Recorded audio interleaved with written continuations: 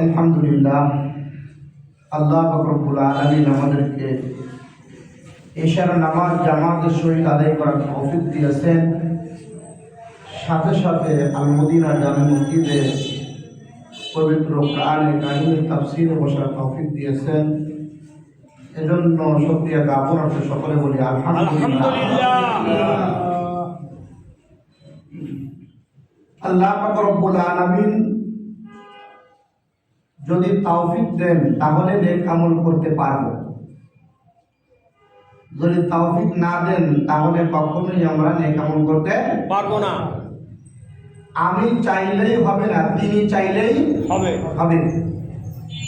তিনি না চাইলে না, আর তিনি চাইলে হ্যাঁ। আমি চাইলে কি না, তার চাইতে হবে। যদি আমার চাওয়ার সাথে তার চাওয়া থাকে তাহলে আমারটা হা হবে, তা না হলে আমারটা সবসময় কি হয়ে যাবে, না হয়ে যাবে।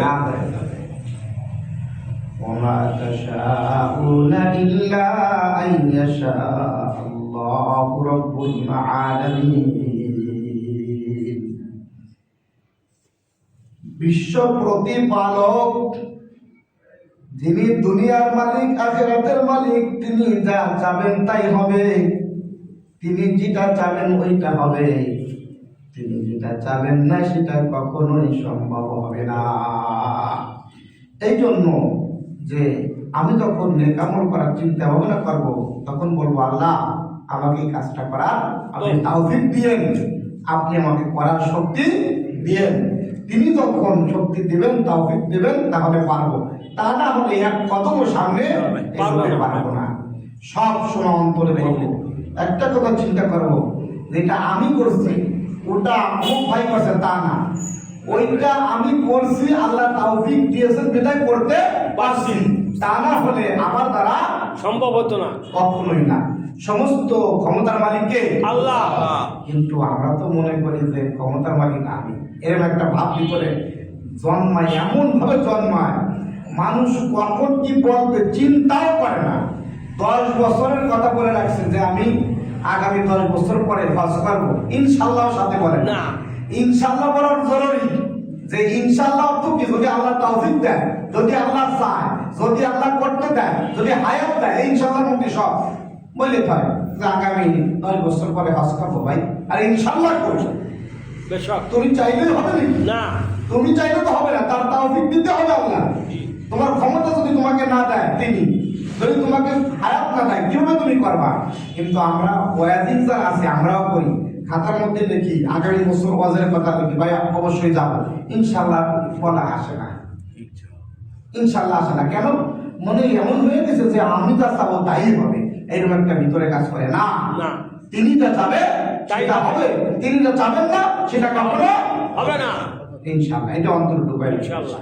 আজ আল্লাহ পাক চাইছেন যে তোমরা আল মদিনা জামে মসজিদে নামাজের পরে বসো। আমি তৌফিক দিলাম, তাই আমরা বসতে পারছি, এজন্য আবার বলি আলহামদুলিল্লাহ।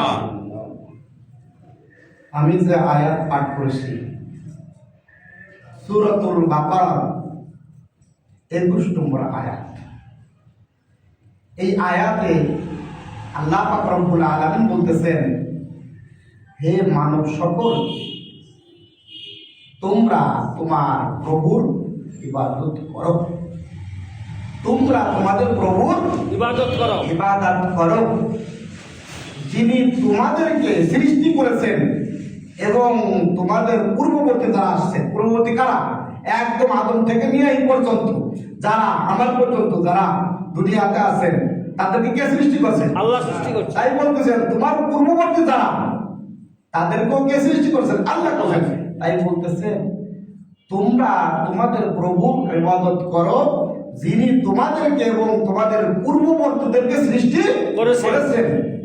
লাআল্লাকুম তাত্তাকুন, কি জন্য সৃষ্টি করেছেন?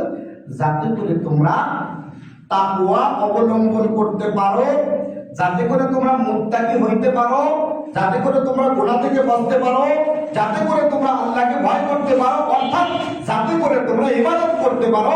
এক কথায় অর্থ হলো তোমাদের সবাইকে ইবাদতের জন্য সৃষ্টি করছে।